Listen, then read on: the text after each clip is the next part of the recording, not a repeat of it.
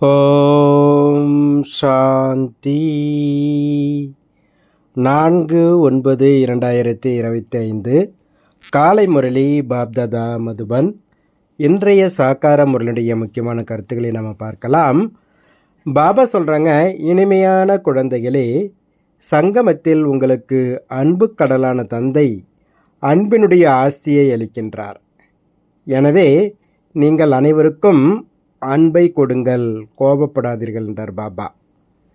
கேள்வி கேட்குறாங்க, தங்களது ரிஜிஸ்டரை சரியாக வைப்பதற்காக தந்தை உங்களுக்கு என்ன வழியை கூறியிருக்கின்றார்? பாபா பதில் சொல்கிறாங்க, தந்தை உங்களுக்கு அன்பினுடைய வழியைத்தான் கூறியிருக்கின்றார். சொல்லுவாங்க, நார்மலாக கூட சொல்லுவாங்க, ஆல்வேஸ் சூஸ் த அன்பின் வழி, அன்பின் வழியை எப்பொழுதுமே தேர்ந்தெடுங்க அப்படின்ட்டு. குழந்தைகளை ஒவ்வொருவருடனும் அன்புடன் நடந்து கொள்ளுங்கள் என்று ஸ்ரீமத் அளிக்கின்றார். யாருக்குமே துக்கம் கொடுக்காதீர்கள். கர்ம இந்திரியங்கள் மூலமாக ஒருபொழுதும் எந்த ஒரு தவறான செயலையும் செய்யாதீர்கள். எனக்குள் எந்த ஒரு அசுர குணமும் இல்லையா என்று எப்பொழுதும் சோதித்து பாருங்கள் என்றார் பாபா. மனநிலையில் தடுமாற்றம் ஆவதில்லையே, எந்த ஒரு விஷயத்திலும் மனநிலை கெட்டுப்போவது இல்லையே, செக் பண்ணுங்கன்றார் பாபா. பாடல் இந்த நேரம் கடந்து கொண்டிருக்கின்றது. ஓம் சாந்தி.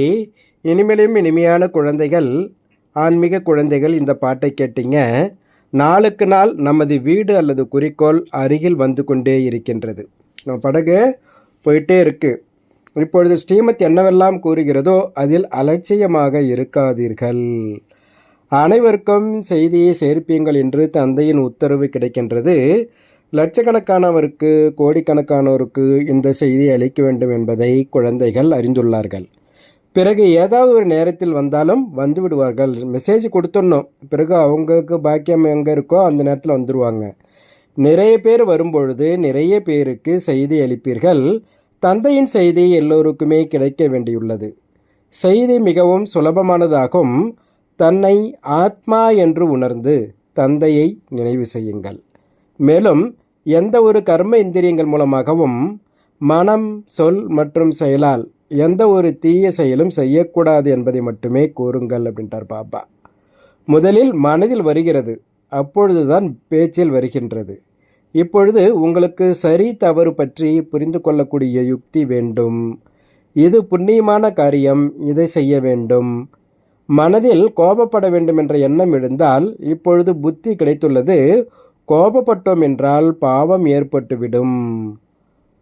கோபம் வரும்போது நமக்கு இந்த தாட்டு வரும்பொழுது நம்ம உடனே கோபம் கட்டாயிடுது. தந்தையை நினைவு செய்வதால் புண்ணிய ஆத்மா ஆகிவிடுவோம். அப்படியின்றி இப்பொழுது ஆனது ஆகிவிட்டது, இனிமேல் செய்ய மாட்டேன், இவ்வாறு இனிமேல் இனிமேல் என்று கூறிக்கொண்டே சென்றால் அதுவே பழக்கமாகிவிடும். மனிதர்கள் இது போன்ற கர்மங்கள் செய்யும் பொழுது இது பாவம் இல்லை என்று நினைக்கிறார்கள். விகாரத்தை பாவம் என்று நினைப்பதில்லை. இது பெரிதிலும் பெரிய பாவமாகும் என்று இப்பொழுது தந்தை கூறியுள்ளார். இவற்றின் மீது வெற்றி அடைய வேண்டும். மேலும் என்னை நினைவு செய்யுங்கள் என்று தந்தை கூறுகின்றார் என்ற தந்தையின் செய்தியை அனைவருக்கும் அளிக்க வேண்டும். மரணம் எதிரிலேயே உள்ளது. யாராவது இறக்கும் தருவாயில் இருந்தால் இறை தந்தையை நினைவு செய்யுங்கள் என்று அவருக்கு கூறுவார்கள். இவர் கடவுளம் செல்கின்றார் என்று அவர்கள் நினைக்கிறார்கள். ஆனால் இறை தந்தையை நினைவு செய்வதால் என்னாகும் என்றோ, எங்கே செல்வோம் என்பதோ அவர்களுக்கு தெரியாது. ஆத்மா ஒரு சரீரத்தை விட்டு மற்றொன்றை எடுக்கின்றது. காட்ஃபாதரிடமோ யாருமே போக முடியாது. எனவே இப்பொழுது குழந்தைகளாகிய உங்களுக்கு அழிவற்ற தந்தையின் அழியாத நினைவு வேண்டும். தமோ பிரதானமாக துக்கம் தாளாது ஆகிவிடும் பொழுது கடவுளை நினைவு செய்யுங்கள் என்று ஒருவருக்கொருவர் கூறுகிறார்கள். அனைத்து ஆத்மாக்களும் ஒருவர் பிறருக்கு கூறுகிறார்கள். கூறுவது ஆத்மா அல்லவா? அப்படியின்றி பரமாத்மா கூறுகிறார் என்பதல்ல.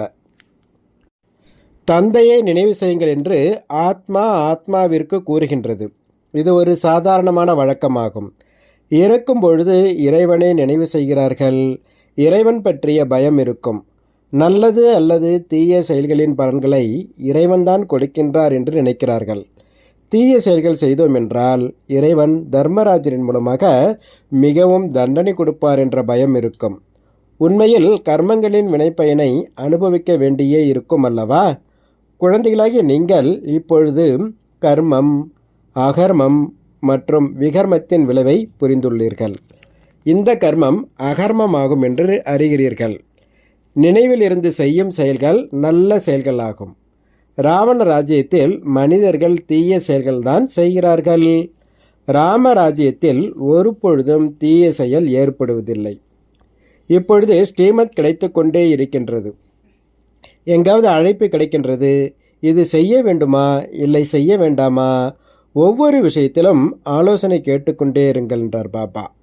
உதாரணமாக, ஒருவர் காவல்துறையில் வேலை செய்கிறார் என்றால் நீங்கள் முதலில் அன்புடன் குற்றவாளிக்கு புரிய வையுங்கள் என்று அவருக்கு கூறப்படுகின்றது.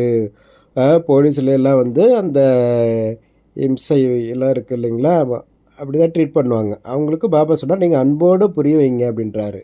உண்மையை கூறவில்லை என்றால் பின்னால் அடிக்கலாம். நீங்கள் அன்போடு கேட்குறீங்க, பிறகு அவங்க உண்மையை சொல்ல மாட்டாங்க அப்படின்னா பின்ன அடிக்கலாம் அப்படின்றார் பாபா. அன்புடன் புரிய வைப்பதால் கைக்குள் வர முடியும். ஆனால் அந்த அன்பில் கூட யோக பலம் நிரம்பி இருந்தது என்றால் அந்த அன்பின் சக்தியுடன் யாருக்காவது புரிய வைக்கும் பொழுது கடவுளைப் போல புரிய வைக்கிறார் என்று நினைப்பார்கள். அன்பு மற்றும் யோகமும் சேர்ந்தே இருக்கும் பொழுது அவங்களுக்கு அந்த மாதிரி ஃபீல் பண்ணுவாங்க அப்படின்றார் பாபா. நீங்கள் இறைவனின் குழந்தைகள், யோகி ஆவீர்கள் அல்லவா? உங்களிலும் கூட ஈஸ்வரிய ஆற்றல் உள்ளது. இறைவன் அன்பின் கடல் ஆவார். அவரிடம் வலிமை உள்ளதல்லவா? அனைவருக்கும் ஆஸ்தி அளிக்கின்றார். சொர்க்கத்தில் மிகுந்த அன்பு இருக்கும் என்பதை நீங்கள் அறிந்துள்ளீர்கள். இப்பொழுது நீங்கள் அன்பின் முழு ஆஸ்தியை பெற்று கொண்டிருக்கின்றீர்கள். அவ்வாறு பெற்று வரிசை கிரமமாக முயற்சி செய்து செய்து பிரியமானவராக ஆகிவிடுவீர்கள். யாருக்குமே துக்கம் கொடுக்கக்கூடாது என்று தந்தை கூறுகின்றார். இல்லை என்றால் துக்கமுற்று இறப்பீர்கள். துக்கம் கொடுத்தீங்கன்னா துக்கத்தோடு தான் இருப்பீங்கன்றார் பாபா. தந்தை அன்பிற்கான வழியை கூறுகின்றார். மனதில் வந்துவிடும் பொழுது அது முகத்திலும் வந்து விடுகின்றது. கர்ம இந்திரியங்களால் செய்துவிட்டீர்கள் என்றால் உங்களுடைய பதிவேடு கெட்டு போய்விடும்.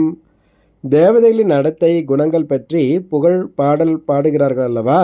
எனவே தேவதைகளின் பூசாரிகளுக்கு புரிய வையுங்கள் என்று பாபா கூறுகின்றார்.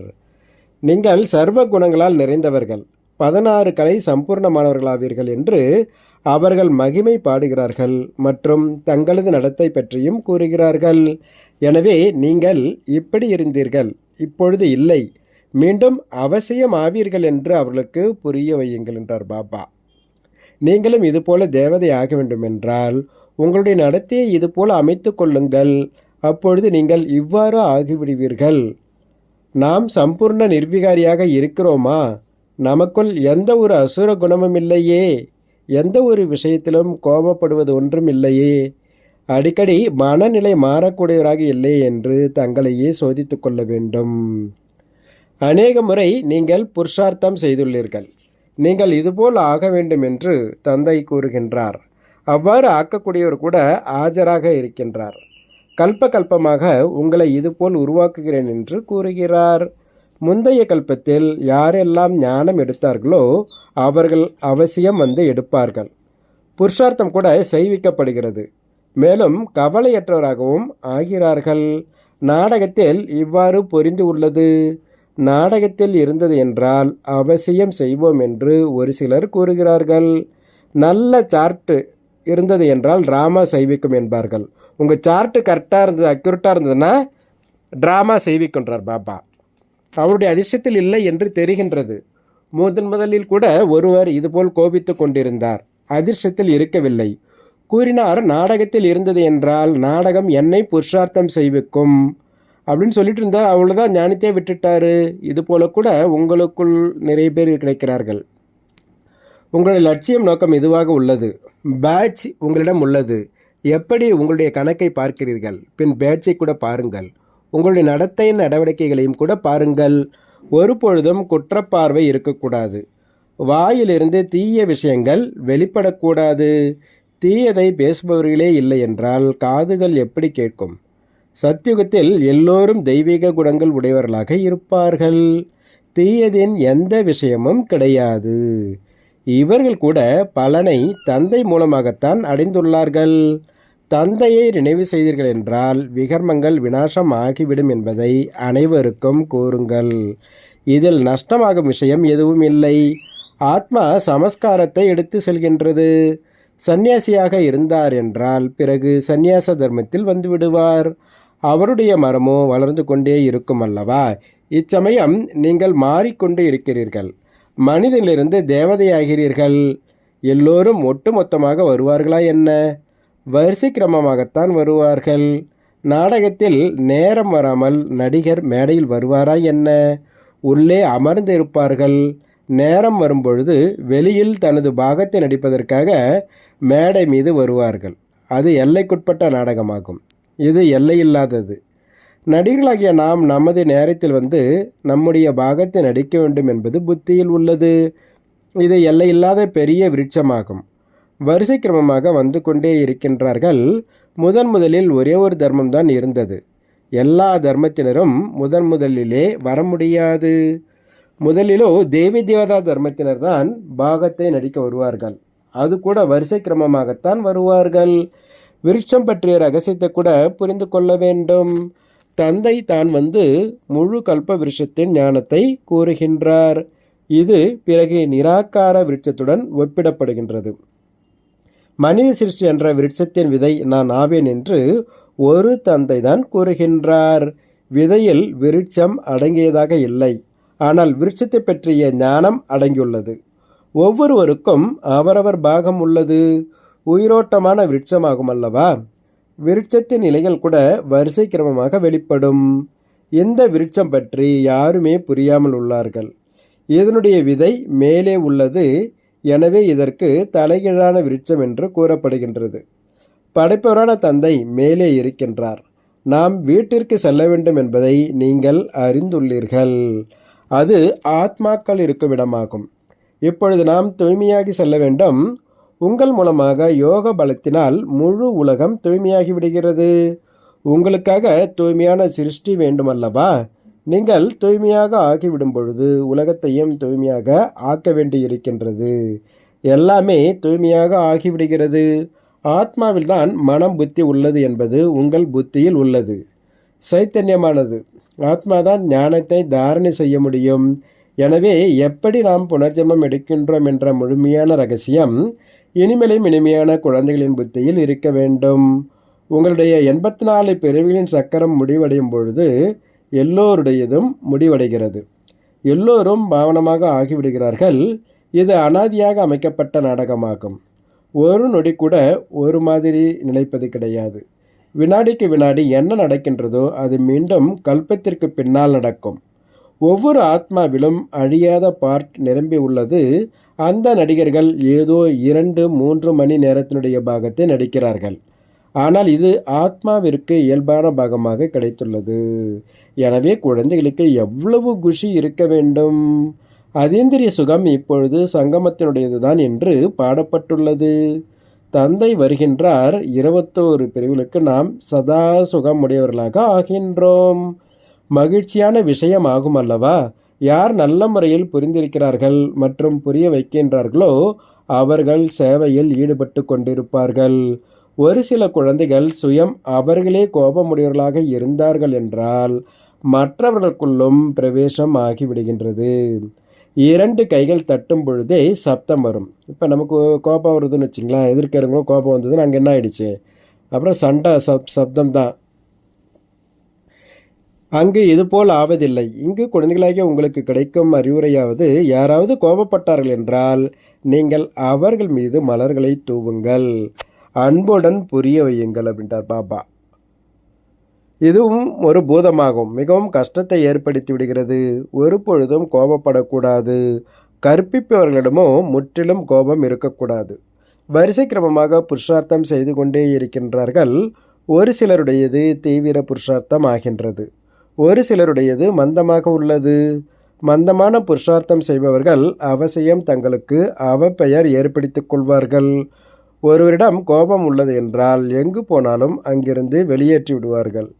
எந்த ஒரு தீய நடத்தை உடையவர்களும் இருக்க முடியாது. தேர்வு முடிவடையும் பொழுது அனைவருக்கும் தெரிய வரும். யார் யார் என்னவாக ஆகிறார்கள் என்பது எல்லாமே காட்சிகளாக தெரிய வரும். யார் எப்படி காரியம் செய்கின்றார்களோ அவர்களுக்கு அதற்கேற்ப மகிமை உண்டாகின்றது. குழந்தைகளாகிய நீங்கள் டிராமாவின் முதலிடை கடையை அறிந்துள்ளீர்கள். நீங்கள் அனைவரும் உள்ளுக்குள் இருப்பதை அறிந்தவர், அதாவது அந்தர்யாமி ஆவீர்கள். ஆத்மா உள்ளுக்குள் இந்த சிருஷ்டி சக்கரம் எப்படி சுற்றுகிறது என்பதை அறிந்துள்ளது. முழு சிருஷ்டியின் மனிதர்களின் நடத்தைகள் பற்றி, அனைத்து தர்மங்கள் பற்றிய ஞானம் உங்களுக்கு உள்ளது. அதற்குத்தான் அந்தர்யாமி என்று கூறப்படும் அப்படின்றார் பாபா. சங்கமத்தில் பாபா நமக்கு எல்லா ஞானத்தையும் கொடுத்துருக்காரு. அப்போ நம்ம ஆத்மாக்குள்ளார் அந்த இதுதான் அந்தர்யாமின்னு சொல்கிறாங்க. ஆத்மாவிற்கு எல்லாமே தெரிந்து விட்டது. அப்படியின்றி பகவான் எல்லா இடத்திலும் வசிப்பவர் என்பது அல்ல. அவருக்கு அறிந்து கொள்ள வேண்டிய அவசியம் என்ன உள்ளது? அவரோ இப்பொழுதும் கூறுகின்றார், யார் எந்த மாதிரி புருஷார்த்தம் செய்வார்களோ அந்த மாதிரி பலனை அடைவார்கள். நான் தெரிந்து கொள்ள வேண்டிய அவசியம் என்ன? யார் செய்கிறார்களோ அதற்கான தண்டனை கூட அவர்களே பெறுவார்கள். இப்பேற்பட்ட நடத்தை உடையவராக இருந்தார்கள் என்றால் தாழ்ந்த கதியை அடைவார்கள். பதவி மிகவும் குறைந்து போய்விடும். அந்த பள்ளிக்கூடத்தில் தேர்வில் தோல்வி அடைந்து விட்டார்கள் என்றால் பிறகு மீண்டும் அடுத்த வருடம் படிக்கிறார்கள். அடுத்து இம்ப்ரூவ்மெண்ட் எழுதி பாஸ் பண்ணிடுறாங்க. ஆனால் இங்கே இம்ப்ரூவ்மெண்ட்லாம் கிடையாது. ஒரு ஃபைனல் ஒரே ஒரு எக்ஸாம் தான். இந்த படிப்போ கல்பத்திற்கானதாகும். இப்பொழுது படிக்கவில்லை என்றால் கல்பத்திற்கு முழுசாக படிக்க மாட்டாங்க. ஈஸ்வரிய லாட்டரியை முழுமையாக எடுக்க வேண்டும் அல்லவா? இந்த விஷயங்களை குழந்தைகளாகி நீங்கள் தான் புரிந்து கொள்ள முடியும். பாரதம் சுகதாமமாக இருக்கும் பொழுது மற்ற எல்லோரும் சாந்திதாமத்தில் இருப்பார்கள். இப்பொழுது நம்முடைய சுகத்தின் நாட்கள் வந்து கொண்டே இருக்கின்றது என்ற குஷி குழந்தைகளுக்கு வேண்டும். தீபாவளியின் நாள் நெருங்கி கொண்டிருக்கும் பொழுது கூறுவார்கள் அல்லவா, இன்னும் பாக்கி இவ்வளவு நாட்கள் இருக்கின்றது, பின் புதிய ஆடை அணிவோம் என்று நீங்களும் கூறுகிறீர்கள். சொர்க்கம் வந்து கொண்டிருக்கின்றது. நாம் நமது அலங்காரம் செய்வோம், பின் சொர்க்கத்தில் நல்ல சுகம் அடைவோம். செல்வந்தர்களுக்கோ செல்வத்துடைய போதை இருக்கும். மனிதர்கள் முற்றிலுமே கோரமான இருளில் இருக்கிறார்கள். பிறகு இவர்கள் உண்மையைத்தான் கூறிக்கொண்டிருந்தார்கள் என்று திடீரென தெரிய வரும். உண்மையின் சகவாசம் இருக்கும் பொழுதுதான் உண்மையை புரிந்து கொள்ள முடியும். இப்போது நீங்கள் உண்மையின் தொடர்பில் உள்ளீர்கள். நீங்கள் சத்தியமான தந்தை மூலமாக சத்தியமானவராக ஆகிறீர்கள். அவர்கள் அனைவரும் அசத்தியத்தின் மூலமாக அசத்தியமானவர்களாக ஆகிறார்கள். இப்பொழுது பகவான் என்ன கூறுகின்றார் மற்றும் மனிதர்கள் என்ன கூறுகிறார்கள் என்ற வேற்றுமை பற்றிய புத்தகம் கூட பிரசுரிக்கப்பட்டு கொண்டிருக்கின்றது. பத்திரிகை இதழில் கூட போடலாம். கடைசியில் வெற்றி உங்களுடையதே ஆகும். இது உறுதியாகும். பதித்த பாவன பரமாத்மா தந்தை ஆவார். எனவே அவசியம் அவர்தான் பாவனமாக இருக்க வேண்டும். கிருஷ்ணருக்கு அவ்வாறாக கூறினால், அதாவது கிருஷ்ணர் பாவன பதித்த பாவனர் சொன்னால் அது அழகாக இருக்கிறது கிடையாது. புருஷோத்தம சங்கமயுகத்தில் கிருஷ்ணர் பிறகு எங்கிருந்து வருவார்? அதே தோற்றமுடைய மனிதரோ பிறகு இருப்பதில்லை. 84 பிறவிகள், 84 தோற்றங்கள் மற்றும் 84 செயல்முறைகள். இது ஏற்கனவே அமைக்கப்பட்ட நாடகமாகும். அதில் எந்த ஒரு வித்தியாசமும் ஏற்பட முடியாது. ஏன்னா நாடகம் அந்த மாதிரி அமைக்கப்பட்டிருக்கின்றார் பாபா. ஆத்மா சிறிய புள்ளியாகும். அதில் அனாதி பாகம் நிரம்பியுள்ளது. இதற்குத்தான் இயற்கை என்று கூறப்படுகின்றது. மனிதர்கள் இந்த விஷயங்களை கேட்டு ஆச்சரியப்படுவார்கள். ஆனால் முதலிலோ தந்தையை நினைவு செய்யுங்கள் என்ற செய்தியை அளிக்க வேண்டும். அவரே பதித்த பாவனர் ஆவார். அனைவருக்கும் சக்தி அளிக்கும் வள்ளல் ஆவார். சத்யுகத்தில் துக்கத்தின் விஷயங்கள் இருப்பதில்லை. கலியுகத்திலோ எவ்வளவு துக்கம் உள்ளது. ஆனால் இந்த விஷயங்களை புரிந்து கொள்பவர்கள் வரிசை கிரமமாக உள்ளார்கள். தந்தையோ தினமும் புரிய வைத்து கொண்டேதான் இருக்கின்றார். சிவபாபா நமக்கு கற்பிக்க வந்துள்ளார், பின் கூடவே அழைத்து செல்வார் என்பதை குழந்தைகளாகிய நீங்கள் அறிந்துள்ளீர்கள். கூடவே இருப்பவர்களை விட பந்தனத்தில் இருக்கும் பெண்கள் அதிகமாக நினைவு செய்கிறார்கள். அவர்கள் உயர்ந்த பதவியை அடைய முடியும். இதுவும் புரிந்து கொள்ள வேண்டிய விஷயமாகும் அல்லவா?